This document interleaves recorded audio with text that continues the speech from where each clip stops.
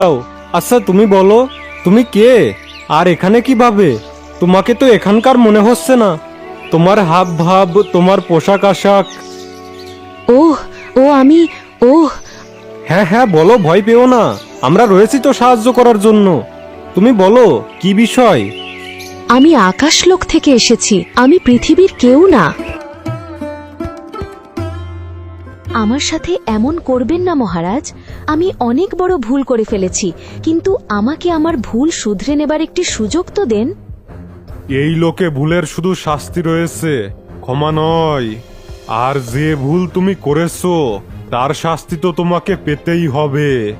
যদি তোমার ভুলের উপর পর্দা দেওয়া হয় তাহলে এই লোকের বাকি পরীরাও এরকম ভুল বারবার করবে।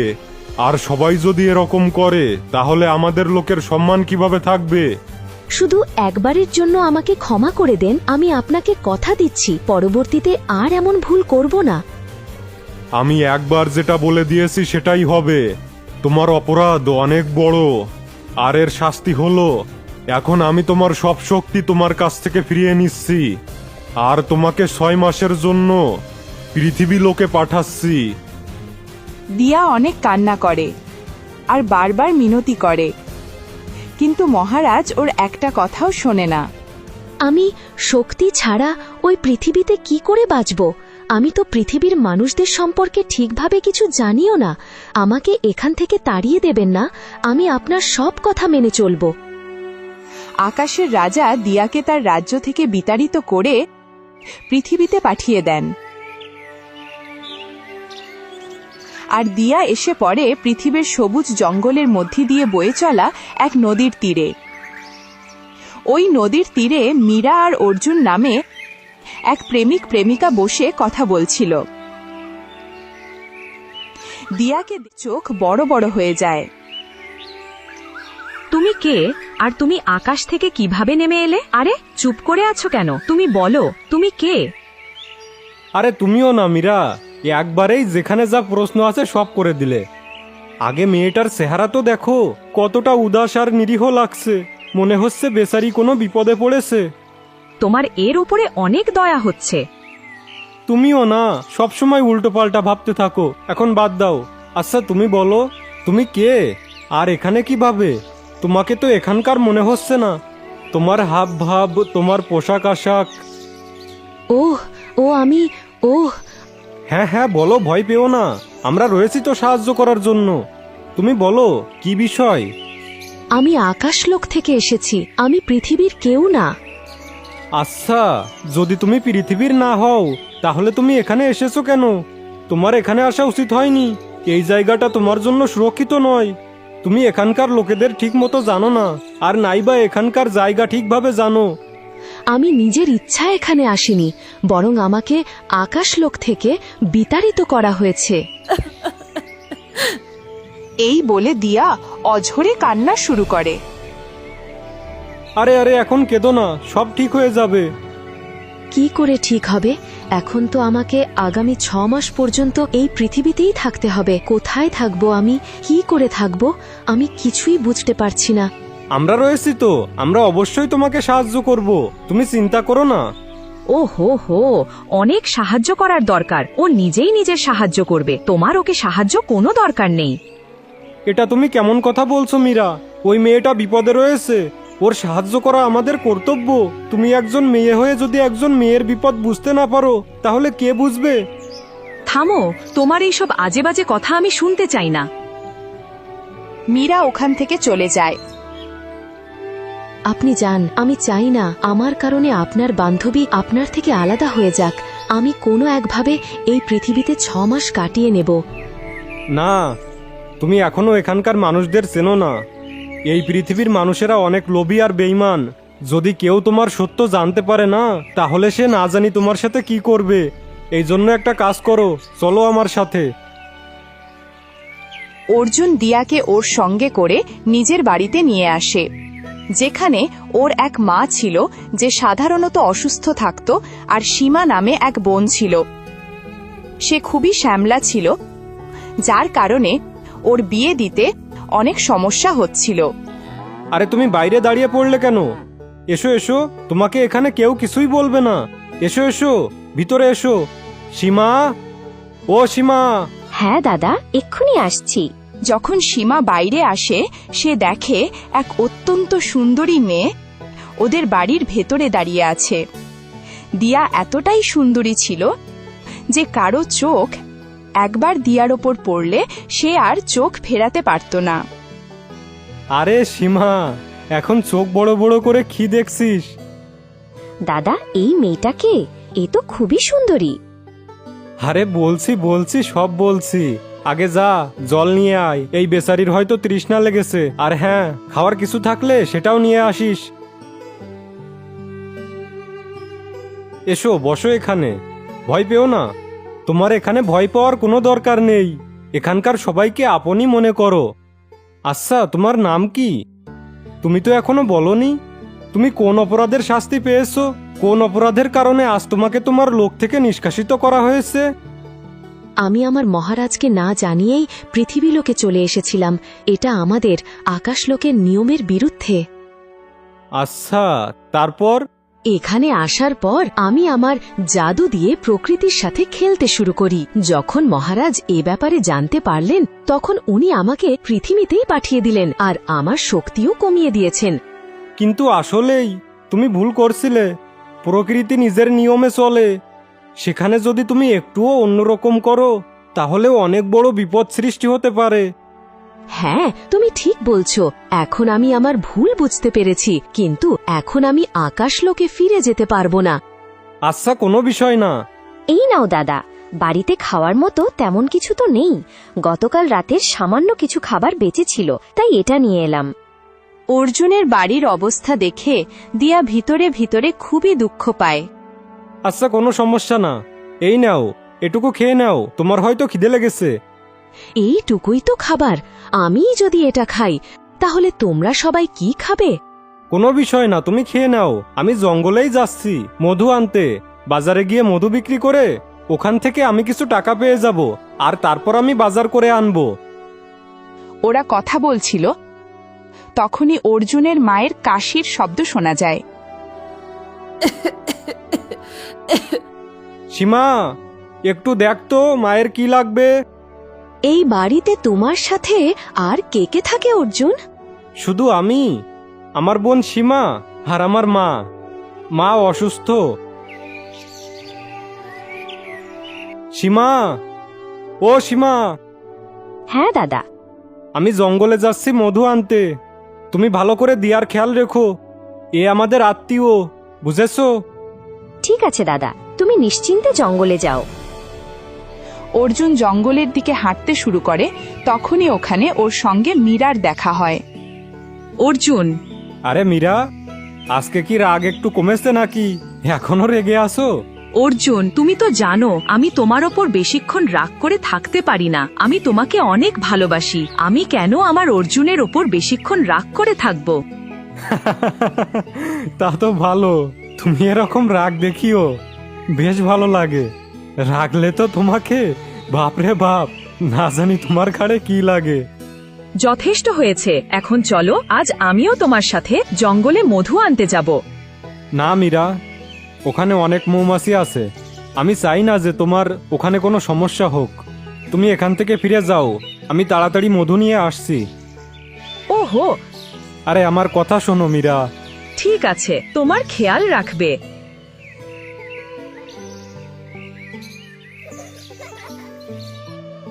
তুমি খুবই সুন্দরী। আরে, আমি তোমার প্রশংসা করছি আর তুমি হাসছো। তুমিও অনেক সুন্দরী সীমা। তুমি আমাকে নিয়ে মজা করছো, তাই না? আরে আরে, তুমি এরকম ভাবছো কেন? আমি তোমাকে নিয়ে মজা করব কেন? তুমি সত্যিই অনেক সুন্দরী। আমি যদি সুন্দরী হতাম তাহলে এতদিনে আমার বিয়ে হয়ে যেত। আমার এই শ্যামলা রঙের কারণেই আমাকে কেউ পছন্দ করে না। আর যে বিয়ের প্রস্তাবগুলো আসে, সবাই আমাকে এটা বলে বিয়ে ভেঙে দেয় যে আমি কালো। এখন তুমি বলছো আমি সুন্দরী? আসল সৌন্দর্য তো হৃদয় থেকে আসে সীমা। শরীর তো নশ্বর, এক না একদিন মাটিতে মিশেই যাবে। তাহলে কোন সৌন্দর্যের মোহ? ওরা দুজন কথা বলছিল, এমন সময় গ্রামের এক কাকি ওদের বাড়িতে আসে। সীমা, অর্জুন কি বাড়িতে আছে? আমি মধু কিনতে এসেছি। দাদা মধু আনতেই গেছে কাকি। ঠিক আছে, ও এলে আমাকে বলিস। আরে, এ কে সীমা? আমি তো এই মেয়েকে আগে কখনো তোদের বাড়িতে দেখিনি। আমাদের এক দুঃসম্পর্কের আত্মীয়। আচ্ছা, ঠিক আছে, এখন তাহলে আমি যাই। ওই মহিলা বিড়বিড় করতে করতে রাস্তা দিয়ে যাচ্ছিল। এত সুন্দরী মেয়ে তো আমি জীবনে কখনো দেখিনি। খুবই সুন্দরী মেয়ে, কিন্তু আগে কখনো তো ওদের বাড়ি আসেনি। তাহলে হঠাৎ কি জন্য আসলো? আরে কাকি, কি বিড়বিড় করছো? আরে কিছু না মেঘা, মধু আনতে অর্জুনের বাড়ি গিয়েছিলাম। ওখানে একজন খুবই সুন্দরী মেয়েকে দেখে আমার তো হুঁশই হারিয়ে গেছে। এত সুন্দরী মেয়ে যেন স্বর্গ থেকে নেমে এসেছে। তুমি কোন মেয়ের কথা বলছো কাকি? অর্জুনের বাড়িতে অর্জুনের মা আর বোন, এই দুইজনই তো থাকে, আর কেউ না। আরে আমি নিজের চোখেই দেখে এসেছি। সীমা বলছিল যে ওদের কোনো দুঃসম্পর্কের আত্মীয়। আচ্ছা, আমি এখন যাই। ও আবার গতকালকের মেয়েটা নয় তো? অর্জুন ওকে নিজের সঙ্গে নিয়ে এসেছে, কিন্তু আমি তো ওকে বারণ করেছিলাম।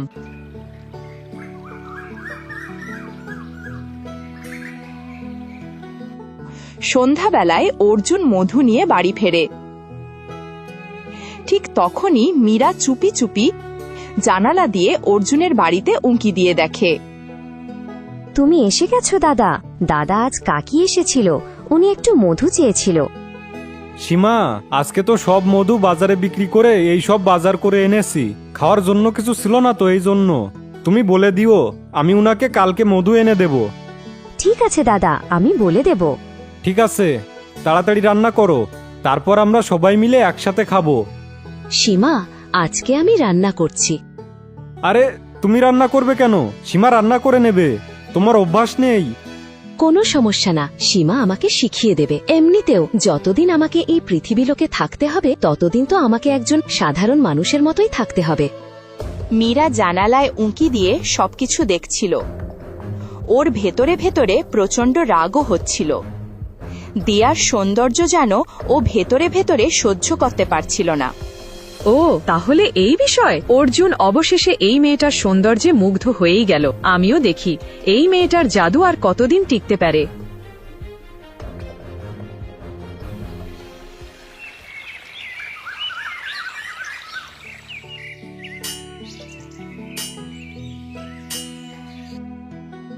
অর্জুন, আজ আমাকেও তোমার সাথে জঙ্গলে নিয়ে চলো। কিন্তু তুমি জঙ্গলে গিয়ে কি করবে? দিয়া, তুমি সীমার সাথেই থাকো। আমিও জঙ্গল দেখতে চাই। ঠিক আছে, তাহলে চলো। অর্জুন যখন দিয়াকে সাথে নিয়ে জঙ্গলের দিকে যেতে থাকে, তখনই ও পথে মীরাকে দেখতে পায়। বাহ, এত বছরের ভালোবাসাকে উপেক্ষা করে এই মেয়েটার সাথে ঘুরে বেড়াচ্ছ।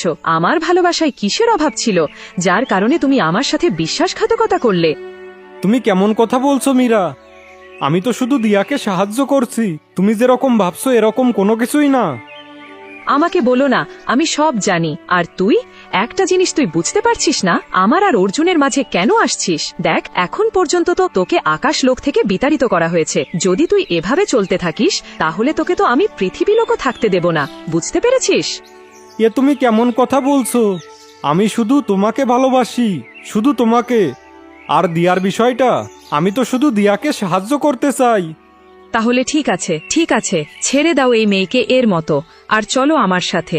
আজকের পর তুমি এর কোনো সাহায্য করবে না, এর সাথে দেখাও করবে না। না মীরা, আমি দিয়াকে কথা দিয়েছি যে আমি ওকে সাহায্য করব, ওর পাশে থাকব। অর্জুনের কথায় মীরা প্রচন্ড রেগে গিয়ে দিয়াকে সজোরে একটা থাপ্পড় মারে। তোর একটুও লজ্জা করে নাকি? প্রথমে আমাদের মাঝে, আর এখন অর্জুনের বাড়িতেও। তুই সব জায়গায় ঢুকে বসে আছিস। তোর সব উদ্দেশ্য ভালো করেই জানি। অর্জুনও মীরার উপর হাত তুলে দেয় আর বলে, তুমি এতটা নিচে নামবে আমি কখনো ভাবিও নি। ছি, এতটা খারাপ ভাবনা তোমার। দিয়া, চলো এখান থেকে। তুমি আমাকে থাপ্পড় মেরে ঠিক করনি অর্জুন। এই মেয়েটার জন্য তুমি আমাকে থাপ্পড় মেরেছ, এইটুকুই যথেষ্ট। মীরা রাগে জ্বলে ওঠে। ওর মনে হয় অর্জুন ওকে ঠকাচ্ছে। আর অন্যদিকে দিয়া অর্জুনকে বোঝায় মীরার কাছে গিয়ে ক্ষমা চাইতে। অর্জুন, তোমার এটা করা উচিত হয়নি। মীরা তোমাকে অনেক ভালোবাসে, ওর রাগ হওয়াটা স্বাভাবিক। আমি জানি দিয়া, আমি ভুল করেছি, কিন্তু ওরও তোমাকে থাপ্পড় মারা উচিত হয়নি। যাই হোক, আমি সন্ধ্যায় ওর কাছে ক্ষমা চেয়ে নেব, তুমি চিন্তা করো না। আর এখন তুমি বাড়ি যাও, আমি মধু নিয়ে আসছি। ঠিক আছে। সন্ধ্যাবেলায় অর্জুন মীরার বাড়ির পথ দিয়ে ফিরে আসে। মীরা, আমি তোমার সাথে কথা বলতে চাই। কিন্তু আমি তোমার সাথে কথা বলতে চাই না। যাও, চলে যাও এখান থেকে। এরকম কথা বলো না মীরা, তুমি ভুল বুঝছো। এরকম কোনো কিছুই না যেরকম তুমি ভাবছো। আমি শুধু দিয়াকে সাহায্য করতে চাই। ঠিক আছে, যদি তুমি চাও আমি তোমার সাথে কথা বলি, তাহলে ওই মেয়েটাকে কালকেই ধাক্কা মেরে বাড়ি থেকে বের করে দাও। আর যদি তুমি এটা না করতে পারো, তাহলে আমাকে চিরদিনের জন্য ভুলে যাও। অর্জুন ওখান থেকে বাড়ি চলে আসে। এভাবে দিন কাটতে কাটতে পুরো 20 দিন কেটে যায়। কিন্তু এই 20 দিনে নাইবা মীরা অর্জুনের সাথে দেখা করতে যায়, আর নাইবা অর্জুন মীরার সাথে দেখা করতে যায়।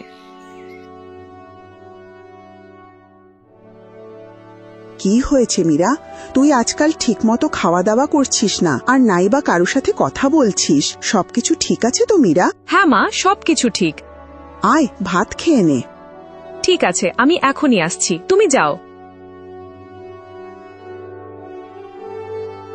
মীরা আর ওর মা একসাথে ভাত খায়। তারপর ওর মা ঘুমিয়ে পড়লে মীরা চুপি চুপি জঙ্গলে চলে যায়। ওই তান্ত্রিকের ব্যাপারে তো আমি এটাই শুনেছি, এই জঙ্গলে থাকেন, কিন্তু এখন আমি উনাকে কোথায় খুঁজব? মীরা আবার বাড়ি চলে আসে আর চুপি চুপি ঘুমিয়ে পড়ে। পরের দিন সকালে ও আবার সেই জঙ্গলে পৌঁছায় যেখানে তান্ত্রিক থাকত। মনে হয় এই গুহার মধ্যেই আমি ওই তান্ত্রিককে খুঁজে পাব। প্রণাম বাবা। এ মেয়ে, তুই কে? এখানে কেন এসেছিস? বাবা, আমার আপনার সাহায্য দরকার, দয়া করে আমাকে সাহায্য করুন। কেমন সাহায্য? আমার একজন প্রেমিক আছে অর্জুন, আমি ওকে অনেক ভালোবাসি, কিন্তু ওর জীবনে অন্য কোনো মেয়ে চলে এসেছে, সে এই পৃথিবীরও না। আপনি যেভাবেই হোক ওই মেয়েটাকে আমার অর্জুনের থেকে দূরে পাঠিয়ে দেন। এই পৃথিবীর না মানে? মীরা তান্ত্রিককে সবকিছু খুলে বলে। এতে তান্ত্রিক বুঝতে পারে যে ওই মেয়েটি কোনো সাধারণ মেয়ে নয়। তুমি কি সত্যি বলছো ও আকাশলোক থেকে এসেছে? হ্যাঁ বাবা। তাহলে তো ওর কাছে অনেক শক্তি রয়েছে। বাবা, আমি ওসব জানি না, কিন্তু আমি এইটুকু জানি যে যদি অর্জুন আমার না হয়, তাহলে আমি ওকে আর কারো হতে দেব না। ঠিক আছে, আমি তোমাকে অবশ্যই সাহায্য করব, কিন্তু আমারও একটা শর্ত আছে। কেমন শর্ত? আমি ওই মেয়েটাকে চাই। ওই মেয়েটা কোনো সাধারণ মেয়ে নয়, অনেক শক্তি রয়েছে ওর কাছে। বাবা, ওই মেয়েটাকে নিয়ে যা করতে হয় করুন আপনি, আমার তো শুধু অর্জুনকে দরকার। ঠিক আছে, আমাকে বলো ও কোথায় থাকে, আমি আজকেই ওকে আনতে যাব।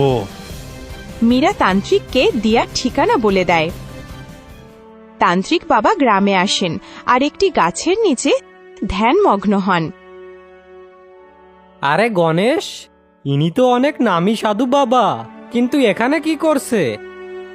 আরে হ্যাঁ রতন, ইনি তো অনেক নামি সিদ্ধি বাবা। এই কথা সকল গ্রামবাসীদের কানে পৌঁছানো মাত্রই গ্রামের সবাই ওই গাছটির কাছে জড়ো হয়ে বাবার জয় বলে জয়ধ্বনি দিতে শুরু করে। তান্ত্রিক চোখ খোলেন। বাবা, আমরা সবাই অনেক ভাগ্যশালী, আপনি আমাদের গ্রামে এসেছেন। কি হয়েছে বাবা, আপনি এত হাসছেন কেন? তোমাদের সবার উপর বিপদ আসতে চলেছে। শীঘ্রই তোমরা সবাই মারা যাবে। এই গ্রামের প্রত্যেকটা মানুষ ছটফট করে মরবে। তোমাদের সবার মূর্খতার কারণে মরবে। বাবা, আপনি এসব কি বলছেন? এরকম কি হতে চলেছে বাবা? বলুন আমাদেরকে। এই গ্রামে খুবই ভয়ানক ডাইনি লুকিয়ে বসে আছে। এটা আপনি কি বলছেন বাবা, ডাইনি? হ্যাঁ ডাইনি, সময় থাকতে ওর যদি কিছু না করা হয় তাহলে ও এই গ্রামকে নরক বানিয়ে দেবে। এরকম বলবেন না বাবা, আমাদেরকে ওই ডাইনির হাত থেকে বাঁচান। আর কে ও? আমরা তো ওকে দেখতেও পাই না। মানুষের রূপে কোনো অজানা কিছুদিন আগেই এখানে এসেছে, মনে করো। আরে হ্যাঁ, মনে পড়েছে। গতকাল আমি সীমাদের বাড়ি গিয়ে ওখানে একটা খুবই সুন্দরী মেয়েকে দেখেছিলাম। সীমার কাছে শুনে জানতে পেরেছিলাম যে মেয়েটা ওর কোনো দুঃসম্পর্কের আত্মীয়। তাহলে হয়তো ওই সুন্দরী মেয়েটাই সেই ডাইনি। একদম ঠিক বলেছো তুমি, ওই মেয়েটাই ডাইনি। যাও, ওকে ধরে এখানে নিয়ে এসো। গ্রামের কিছু লোক অর্জুনের বাড়িতে যায়। অর্জুন, ওই ডাইনিকে বাড়ি থেকে বের কর। আমরা জানি তুই ওই ডাইনিকে তোর ঘরে আশ্রয় দিয়েছিস। অর্জুন বেরিয়ে আসে। আপনারা সবাই একই বলছেন, ডাইনি আমার বাড়িতে? আরে আমি কেন কোনো ডাইনিকে আশ্রয় দেব? মিথ্যা বলিস না অর্জুন, এই গ্রামটাকে ধ্বংস করতে চাস কেন? ওই মেয়েটাকে বাড়ি থেকে বের করে দে, ও এই পুরো গ্রামটাকে ধ্বংস করতে এসেছে। দেখুন, আপনারা যা বলছেন তা একদমই ঠিক না। যে মেয়ে আমার বাড়িতে থাকছে ও কোনো ডাইনি না, ও তো বেচারি বিপদে পড়ে এখানে এসেছে, এই জন্য আমি ওকে সাহায্য করছি। তুই ওকে বের করবি নাকি আমরা ওকে বের করব? তান্ত্রিক বাবার কোনো কথাই মিথ্যে হতে পারে না, উনি যা বলেছেন তাই সত্যি। না, আমি দিয়াকে তোমাদের দায়িত্বে দেব না। আমি ওকে কথা দিয়েছি যে আমি ওকে অবশ্যই সাহায্য করব। তাহলে ঠিক আছে, ওর সাথে এখন তুইও মর। গ্রামবাসীরা অর্জুনের ওপর পাথর ছুঁড়তে শুরু করে। একটা পাথর অর্জুনের মাথায় গিয়ে লাগে আর ও আহত হয়ে মাটিতে পড়ে যায়। তখনই ওই তান্ত্রিক আসে। অর্জুন, তোমার কি হয়েছে? ওঠো অর্জুন, ওঠো। ওহো, তাহলে এই হলো সেই শক্তিশালী মেয়ে। একে এখান থেকে নিয়ে যেতে হবে। এ মেয়ে, চল আমার সাথে, এখন তোর খেলা শেষ হয়ে গেছে। আপনি কে? আমি আপনার সাথে যাব না। তান্ত্রিক দিয়ার হাত ধরে টানতে টানতে নিজের সাথে নিয়ে যায়। মীরাও সাথে যায়, যেটা সীমা দেখে ফেলে। না, ছেড়ে দাও আমাকে, ছেড়ে দাও। কিছুক্ষণ পর অর্জুনের জ্ঞান ফিরে আসে। দাদা, ওই তান্ত্রিক দিয়াকে ওর সাথে জঙ্গলে নিয়ে চলে গেছে। ওই তান্ত্রিকের সাথে মীরাও ছিল। ও, এখন বুঝতে পারলাম, এটা ওই মীরার ষড়যন্ত্র। আমি কখনোই ভাবিনি ও এতটা নিচে নামবে। সীমা, তোমার আর মায়ের খেয়াল রেখো, আমি এখনই আসছি। অর্জুন জঙ্গলের দিকে ছুটে যায়। জঙ্গলের ভিতরে ও একটি গুহা দেখতে পায়। ওই তান্ত্রিক হয়তো এই গুহার মধ্যেই রয়েছে। অর্জুন ওই গুহার মধ্যে ঢোকা মাত্রই ও দেখতে পায় দিয়াকে ওই তান্ত্রিক দড়ি দিয়ে বেঁধে রেখেছে, আর কাছেই মীরাও দাঁড়িয়ে আছে। অনেক শখ ছিল না আমার আর অর্জুনের মাঝে আসার জন্য? আমি বলেছিলাম তুই আমাদের মাঝে আসিস না, কিন্তু তুই শুনিসনি। এখন ভোগ কর। মীরা, এটা তুমি ঠিক করছো না। ছেড়ে দাও দিয়াকে। তুমি কেন একজন নিরীহর জীবন নিয়ে খেলতে চাও? এতে ওর কোনো দোষ নেই। গ্রামবাসীদের মিথ্যা কথা বলে তুমি কি প্রমাণ করতে চাও? মনে হচ্ছে তুমিও তোমার জীবনকে ভালোবাসো না। ঠিক আছে, কোনো সমস্যা না, তোমার এই ইচ্ছাটাও অবশ্যই পূরণ হবে। দিয়ার সাথে তোমাকেও এই পৃথিবী ছেড়ে যেতে হবে। অর্জুন, তুমি চলে যাও, এখান থেকে চলে যাও। আমি চাই না আমার কারণে তোমার জীবন বিপদে পড়ুক। মীরা, তোমার যা করতে হয় আমার সাথে করো। দয়া করে অর্জুনকে ছেড়ে দাও। বাহ, কি ভালোবাসা দুজনের! বাহ বাহ বাহ বাহ! অর্জুন, দেখো, আমি এই মেয়েটাকে তোমার চোখের সামনেই মেরে ফেলবো, আর তুমি কিচ্ছুই করতে পারবে না। মীরা যখনই তলোয়ার নিয়ে দিয়াকে মারতে যায়, তখন তান্ত্রিক জাদু দিয়ে মীরাকে একটি টিয়া পাখি বানিয়ে দেয় আর অর্জুনকেও দড়ি দিয়ে বেঁধে রাখে। মূর্খ মেয়ে, অনেক কষ্টের পর আমি এই শক্তিশালী মেয়েকে পেয়েছি, আর তুই চাস আমি একে হাতছাড়া করে ফেলবো? এই হলো সেই মেয়ে। একে দিয়ে আমার বহু বছরের সিদ্ধি পূরণ হবে, আর তারপর সব জায়গায় আমারই রাজত্ব হবে। আমি এর সব শক্তি আমার বশে করব। পাপী, তুই তোর উদ্দেশ্যে কখনো সফল হতে পারবি না। আমি এরকম হতে দেব না। আমাবস্যার রাত পর্যন্ত অপেক্ষা, তারপর আমি এই পৃথিবীর রাজা।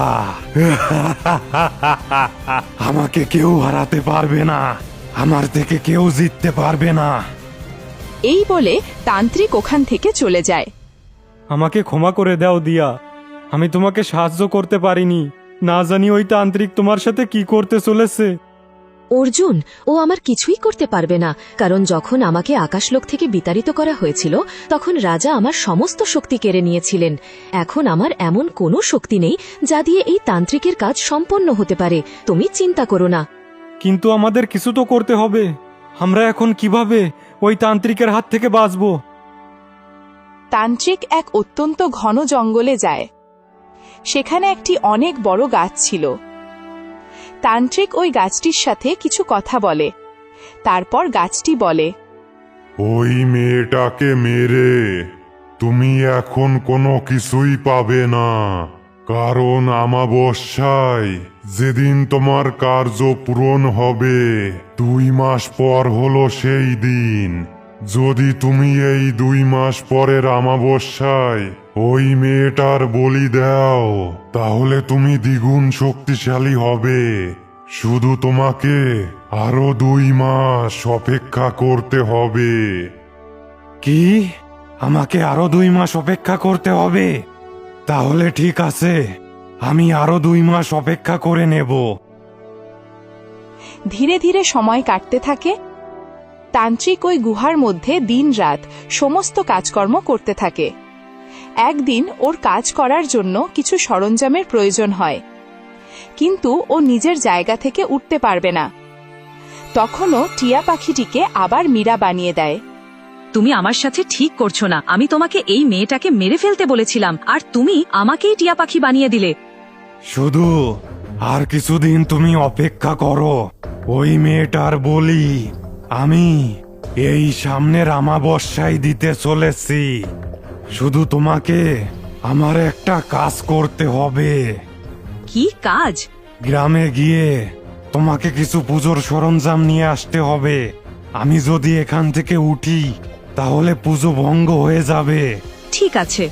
কিন্তু হ্যাঁ, সাবধানে, তোমাকে কেউ না দেখে। মীরা পুজোর সামগ্রী আনতে গ্রামের দিকে যায়। তখন সীমা ওকে দেখে ফেলে। এ তো মীরার মতো মনে হচ্ছে। হোক না হোক, এই দাদা আর দিয়ার ব্যাপারে অবশ্যই কিছু জানে। আমাকে এর পিছু নিতে হবে। সীমা মীরাকে অনুসরণ করে ওই গুহার কাছে চলে আসে। তারপর তান্ত্রিক মীরাকে আবার টিয়া পাখি বানিয়ে দেয়। সীমা একটি পাথরের আড়ালে লুকিয়ে পড়ে। ও, তাহলে আমার দাদা আর দিয়াকে এরা এখানে বন্দি করে রেখেছে। আমাকে এই বাবার ব্যাপারে গ্রামবাসীদেরকে সত্যিটা বলতে হবে। সীমা লুকিয়ে ওর দাদার দড়ি খুলে দেয়। এই সব টিয়া পাখি দেখছিল, কিন্তু কিছু বলতে পারেনি। দাদা, আমি গ্রামের সবাইকে এখানে ডেকে আনছি। এই ভণ্ডামির আসল সত্যিটা দেখাবো। ঠিক আছে সীমা, তোমার খেয়াল রেখো আমার বোন। সীমা ওখান থেকে চলে যায়। আমি আজকের এই রাতটারই অপেক্ষা করছিলাম। এখন আমি অমর হয়ে যাব। 6 মাস শেষ হতে আর মাত্র কয়েক মুহূর্ত বাকি ছিল। তান্ত্রিক ওর তন্ত্রমন্ত্র সম্পন্ন করে আর তারপর তলোয়ার নিয়ে যখনই দিয়াকে বলি দিতে এগিয়ে যায় তখন অর্জুন ওর সামনে চলে আসে আর তান্ত্রিকের সমস্ত তন্ত্রমন্ত্র ব্যর্থ হয়ে যায়।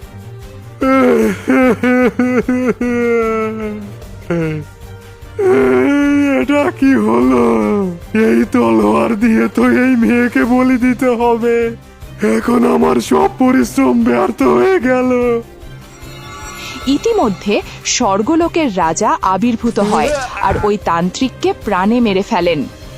অর্জুন, না অর্জুন, তুমি মরতে পারো না। আমি তোমার কিছুই হতে দেব না। অর্জুন, উঠো না অর্জুন। অর্জুন, দিয়া, এখন তোমার যাওয়ার সময় হয়ে গেছে।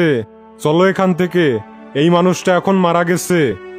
না মহারাজ, আমি অর্জুনকে ছেড়ে কোথাও যাব না। অর্জুন, উঠো উঠো অর্জুন। দিয়া অঝরে কাঁদতে থাকে। মহারাজ এসব দেখে আশ্চর্য হয়ে যায় আর উনার হৃদয় গলে যায়। তারপর উনি উপায় বলেন। দিয়া, এই ছেলেটা মারা গেছে। এখন একে জীবিত করা সহজ নয়। মহারাজ, আমার জীবন দিয়ে হলেও আমি যে উপায়ই হোক না কেন আমি তাই করব। আমাকে বলুন, আমি অর্জুনকে অনেক ভালোবাসি, একে ছাড়া এক মুহূর্তও থাকতে পারি না। একটা উপায় তো আছে, কিন্তু মহারাজ, আমি কোনো কিছুই শুনতে চাই না, আপনি শুধু উপায় বলুন। তোমার সব শক্তি আমি তোমাকে ফিরিয়ে দিয়েছি। তুমি ওই সব শক্তি ব্যবহার করে এই ছেলেটাকে নতুন জীবন দিতে পারো, কিন্তু তারপর কখনোই তুমি আর তোমার শক্তি ব্যবহার করতে পারবে না।